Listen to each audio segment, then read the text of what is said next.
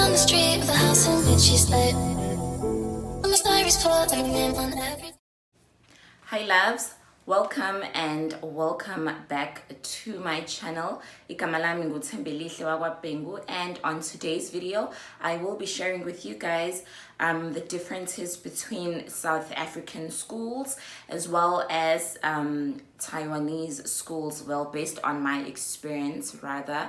If you are new, please do not forget to hit the subscribe button if you want to see things that I get up to here in Taiwan, as well as getting very important information about applying to Taiwan and how you can, maneuver around and get around and move around into securing yourself a job here in Taiwan. So if you are interested in some of that content, please do subscribe to my channel, and also watch some of my previous videos where I share some of the most important information regarding traveling to and securing a job in Taiwan.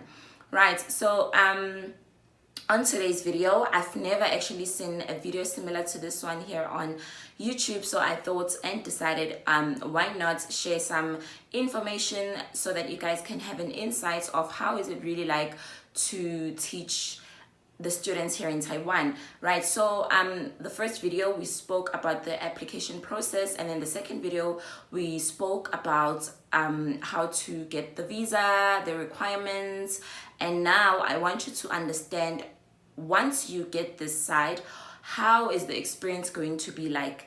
Yes, I understand that our experiences will not be the same, but this is just going to give you an insight and just to see if your expectations were too high or too low, and just to have an overall understanding of what to expect, especially since you'll be teaching these students for the first time, and you want to have an insight of some of their behavioral habits in class, and as well as their culture in general in the school, and how they work around the schools. Like, the system is quite different from schools that I'm used to in South Africa. So I decided, let me just show you guys, or just share with you guys rather, the experience, and then maybe when you get this side you will experience similar things or different things.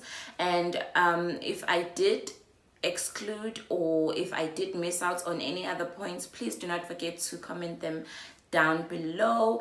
And also on my next video I will be doing a Q&A, so please drop all your questions on the comment section. I do have a lot of questions already from my DM. If you do not follow me on Instagram, please do follow me on Instagram, and follow me on Twitter as well, where I sometimes share threads of how to travel and how to get a job at a public school abroad. Right, so now that that is out of the way, let's jump straight to the video. Right, so I have this notepad. I think we have to call this our Bible. This is the Holy Grail. This is where I actually write all the information so that I do not leave out any important points that I need to mention to you guys. That goes to show how much effort I put into planning and making sure that I give you guys proper content and very straightforward information that you really need, so that you can all come work this side and actually enjoy all the benefits that come with working in Taiwan. Right, so I found that these things are very interesting, but before I start, I just want to highlight one thing, that students or children are the same wherever you go. There are habits and there are doings that are quite similar. I think it goes with age, and it goes with just being a child and the process of developing from being a child to becoming a teenager, a young adult, to becoming a fully grown or fully developed adult. So as we know that there are stages or phases of development, and one of which I'm going to highlight on mostly is puberty. Right, so puberty is something that is natural. It happens to everyone that grows up, And I want to highlight this thing because I feel like maybe it'll give you an insight that when you come this side, be aware that some of the students are going through puberty, like the students you would meet or face in South Africa. They are going through a lot of emotional changes, as well as just overall appearance or physical changes. So that is going to affect some of their behavioral aspects or mechanisms in the classrooms. But there are interesting things that I want to highlight on today's video. And the first thing that I want to talk about is how the students here in Taiwan dress up, or their uniform rather. So we know that in South Africa, or in Africa, if I may be just, general, students wear uniform. In most countries, students wear uniform. Depending on which school, then the uniforms are going to be different. But what I found to be very interesting and different, which I do not know the reason behind this logic or to this idea, is that here in Taiwan, students do not wear school shoes. So we know in South Africa, students wear your toffees, your buccaneers. Is it called buccaneers? And all these, standard, common, similar school shoes that make the students look quite the same. But I think in South Africa it is done so that we can break down the differences, especially because we know that students come from different backgrounds. So to avoid the thing of another student show offing or coming with expensive items at school, so we try to make the students look the same so that they can feel like they are the same, and just to try and block out those things. But here in Taiwan, students wear sneakers. They wear sneakers with their uniform, and it's normal, and it's quite interesting. But also I think because it's not much of a big deal, and also they do a lot of sports, a lot of physical education, so I think that maybe that's one of the reasons. And they walk sometimes, they travel by scooter, they travel by bus, they travel by bicycle. So maybe those are all factors, I am not sure. But be aware that students wear sneakers here in Taiwan with their uniform. Right, the next point is that we know that in South Africa, students dish up food, which is called feeding scheme in South Africa. Here in Taiwan, yes, we have a similar system.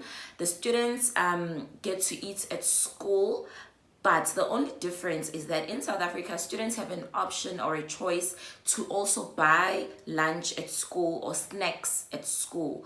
Here in Taiwan, students cannot buy snacks because there are no tuck shops in schools. So if you are here as a teacher and if you feel like you don't like the school lunch, you can always bring your own lunch. But you can register at the school to eat lunch at the school, which I find to be quite better because you save quite a lot of money if you do that. Even though the food sometimes it's like, what is this? What am I eating? I find myself asking my colleagues a lot about the different dishes, like kinds of food. As much as I'm someone who's interested in tasting different kinds of food, but some of the food is not really, appetizing, doesn't look really nice. And sometimes it doesn't really taste nice. But I mean, it's okay. I mean, for the money that we pay, it's okay, and it saves you a lot of headache to worry each and every day about lunch, unless obviously if you're following a specific dietary. But at schools, they do provide vegetarian and non-vegetarian meals or lunch, so you can eat at work, but you pay a portion. I think you pay around 500 rands, which is around 1,000 to 1,200 NT, depends on the schools, but that's an average amount of money that you would pay every month for lunch. And lunch, sometimes it comes with yogurt, sometimes it comes with the fruits, it comes with different things, so it's okay. You can live with that. I mean, we are surviving, so you'll be fine. Right, the next point, which I feel like it's quite broad, because I'm also a girl, or a female rather. We are very cautious about our looks, how we appear to other people's eyes. But I realized during my teaching experience that in South Africa, we are really strict when it comes to girls, always trying to look pretty, using mirrors at school, or wearing makeup, and always brushing their hair. Those are things that we do not encourage, especially with the younger girls, because we know the focus should be on their books. But here in Asia, or here in Taiwan, however, because I teach junior high, so they are going through that phase of puberty and all of that. The girls are very cautious about their looks. They are obsessed with how they look. Like, you would find yourself in class teaching, and then 1 minute this girl is busy trying to fix her hair, she's trying to fix whatever, like they are so obsessed. And I've noticed, because at first I didn't want to be that person who's going to come and discipline students, like, what are you doing, stop doing that, without observing how the co-teachers behave to that. And then I realized that it's normal. The co-teachers, I've never seen some of my co-teachers like reprimanding or telling the students to stop doing that. They've just ignored them when they use their mirrors or when they brush their hair. So I figured, you know what, it's fine, as long as I do my job, I get paid, that's fine.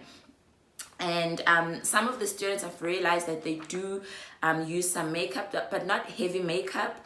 But you would find, if you look closely, some of the older girls, they would wear their mascara, they would wear or tint their lips, and also they would put some blush. If you look closely, also because maybe I'm familiar with makeup, I'm able to notice such differences very easily. And also some of them, they do their nails, so that I've picked up and I've noticed. And they dye their hair as well, like in different colors, and those things are normal. The next point is boys, right? When it comes to boys, I think the boys are more to the feminine side. They are very soft spoken, some of them. They're very gentle. I think that's very common with most Asian men. I don't know if that's maybe how they were raised, but it's something that doesn't affect me. I'm very much okay with it. But I also like and appreciate the fact that everyone else is just okay with it. It's not something extravagant, not something of a big deal. They are just free to basically express themselves the way that they want to. And I've realized and noticed that sometimes in class I would find a boy sitting down, like on a normal day, maybe during break time, and then another boy just comes and sits on their lap. And at first I was like, okay, this is new, but then I've gotten used to it. It's normal, but I've never seen like a girl sitting on a boy's lap. But I do find similar genders doing that. Like, I would find a lot of girls, with girls it's common, we used to do that as well growing up, but it was very rare to find a boy sitting on another boy's lap and just chatting. Anyway, those are things that you find here, and those are very interesting things that happen in our schools here in Taiwan. Also, the students overall, they are very shy, but they are very lovable, they are very caring, they are very sweet and kind students. They can points where they make mistakes, but just bear in mind that these are foreigners. You are a foreigner to them, so they might be frightened by how you will react. So try to be very mindful and try not to take everything to heart. Try to be a person who is going to set the rules, draw boundaries, but enjoy being with your students. Have fun, relax, because you will spend a lot of time with the students. So do not let them get into you. Do not let them get into you for whatever reason. Tell yourself that you are here for mental peace, and it's going to be very important to make sure that when you are at school, you are at your happiest. I know it's impossible, but just try to not take everything to heart. Right, okay, the next point is the students here, they are so obsessed and so focused on getting good grades. Getting good grades here is a big thing.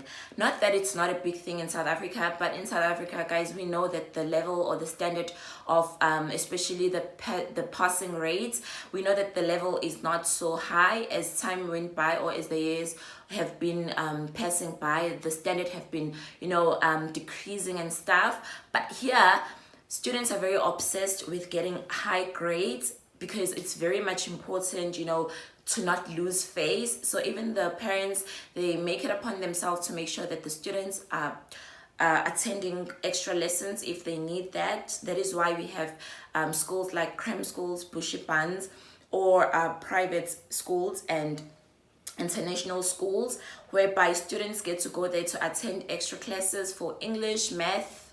I'm not sure about other subjects, but I'd like to believe for numerous subjects. Then they go there, they attend there until late at night, maybe 9-10 p.m., which goes to the next point of students here in Taiwan always feeling sleepy. I think they are always feeling sleepy because they have so many things to do. They end school around 4 or 5 p.m. and then some of them still need to attend cram schools until maybe 9-10 p.m. By the time they go home, and you know, for a child to operate for more than 12 hours a day, that's a lot. So that's why they are always sleepy. And that is why here in Asia we have nap time. So after lunch, every day they have 20 to 30 minutes of just nap time. They sleep. Everyone can sleep, teachers as well. It's common, it's normal. When you come this side, you will experience that. And when you see that happening, do not wonder, Aibo, what's happening? No, that's common, that's normal. And now maybe eventually you will get used to it and you will join the people, you know. And then the next point is that because Taiwan is very safe, students are very used to traveling alone, so they get used to being independent at a very young age. It's normal, you know, those are things that happen. They can use bikes sometimes, even as little as 7-year-olds. They travel alone by bus, by you know, train, and those things are normal because it's very safe, and they get very open and exposed to being independent from a very young age. But also because they are very smart, they're exposed to a lot of things, which goes to the next point, technology. Students this side, or kids this side, they're very much exposed to technology. They have, you know, cell phones. They carry or they bring their cell phones to school, but they do not use the cell phones during study time, or they use cell phones in the morning when they come to school and in the afternoon when they go home. I think basically that is a system for them to be in communication with their parents, because sometimes some parents will, you know, decide to pick up their students later or make specific travel arrangements with their students after school. So the students are allowed to bring cell phones. Let's also be aware that they carry really nice cell phones. They carry the latest cell phones because those things are cheaper this side. I'd like to believe so. And I mean, it's common, you know, things like iPhone is so popular this side. Almost every child I teach has an iPhone. They have your iWatches, they have your AirPods. Those are common things. You will see them using them in school or in class. Get on with your day. And then the next thing, if you want to take pictures or videos with or of your students, it's okay, but for you to keep, not for you to post on social media. If you want to use them to post them on social media, then it's important to ask for permission from their parents. But obviously you can take videos if their faces are not showing. You can take pictures as long as the student's identity or pictures or faces are not showing, then that's okay. But if their faces are going to show, please ask for permission from their parents to do that. Right, the next point, which goes back to the first point that I made about puberty and being a child and growing up, is that a lot of the students this side, what I've noticed, they how can I put this, they lose their temper easily. They lose their temper very easily. It's easy for them to jump from 0 to 100, from 100 to 0 real quick. A lot of the students also, or not a lot, let me not lie, not a lot, but some, it's normal. Maybe in each class you will find 1 or 2 students who go through this, even adults, but they have ADD or ADHD. But those are things that you will pick up, and as soon as you pick them up, as soon as you notice those students, just ignore. As long as the student does not come between you and your teaching, the co-teacher is there to deal with that, the homeroom teacher is there to deal with that.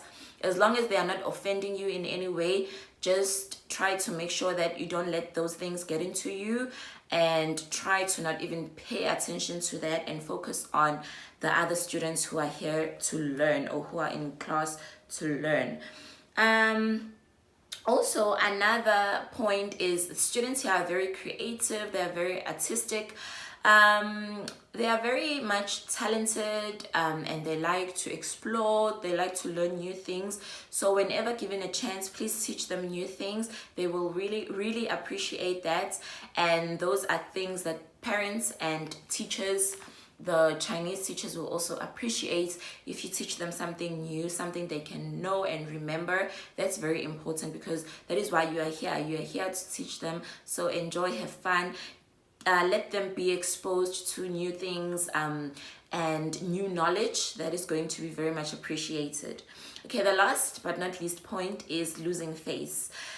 Students this side are very cautious about losing face. Overall, it's just a culture, it's a norm that you do not make Asian people lose face. Try to avoid that by all means, because I think it's against the law. To lose face, it's similar to telling a student or telling someone that they are stupid, or making fun of them, or cursing them out in front of everyone. Just try not to be that person. Try to be calm. Like, you will see, if you have that attitude, eventually you will change. You will see, because these people, they are very chilled.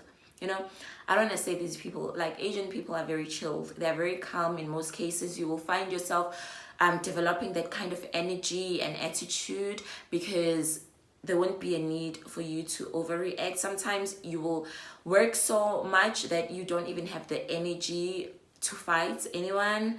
But be mindful of that. Also, which is going to go to the point of South African students with losing face. I think in South Africa, or in African culture, we fail to make that a norm, that teachers should try to not make students lose face, which is going to bring me to this point, which is a very sensitive topic of students killing teachers in South Africa, and assaulting teachers in South Africa, harassing teachers in South Africa. It goes back to a point whereby I feel like maybe students feel like they are losing face, but because in our culture in South Africa, we don't, like, that's something that's not a big deal. Like, it's really not a big deal. If you are a child, if you are a student in South Africa, you are stationed, or you are programmed to just listen, do this, do that. Non-negotiable, no questions. Like, do not ask any questions. And that is why I feel like some of the students end up being defensive, because they are going through changes and they want their opinions to be heard.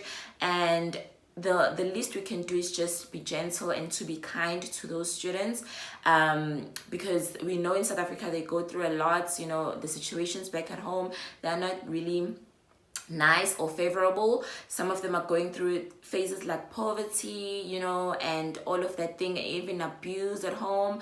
So the least that they want to do is experience a teacher that is not going to show them love. I'm not saying it's a responsibility as a teacher, though. Why are you teaching if you don't love kids? Like, why did you teach this? I mean, why did you choose this profession if you are not going to do it wholeheartedly? So when you come this side, try not to make the students lose face. Goes back to my point that I made. Ignore a lot of things. I'm not saying do not draw boundaries, but do not let things get into you. Sometimes they will do things or say things that they do not know, even like have an idea what they mean, because I realize that students here, they like to swear a lot. From time to time, you will find them saying, oh, you mother F, you know, to each other, or saying what the F, and say the entire F word to each other. Or they call each other B, you know, the B word, or, you know, and I'm always like, what? No, stop, don't do that, or do not say that. But they are used to it, and it's just you as a teacher telling yourself that, you know what, it's their culture. I'm not here to change their customs and their cultures, but I'm just here to work. I'm here to learn something new, something that I can take back home. Because look, now I'm sharing this information with you guys because I open myself to learning new things, and I do not take everything to heart. Obviously, if it's a sensitive topic, then I address it. But other than that, I mean, chances are you are going to teach those students for 2-3 years. New students, life goes on, you know. So we have come to the end of this video. Thank you so much, guys, for watching till this end. Please do not forget to drop all your questions in the comment section, or you can DM me the questions that you might have. On my next sit down video, I will share a Q&A answering your questions. So if you have any questions, please drop them in the comment section. Please send them to me on Instagram, DM me on Twitter, wherever you can. You can even email me the questions that you might have, and I will answer all those questions as honest and as truthful as I can. But other than that, thank you so much, guys, for your support, and to the new subscribers, welcome. I hope you guys are really going to enjoy your stay. We've come to the end of this video. Bye bye.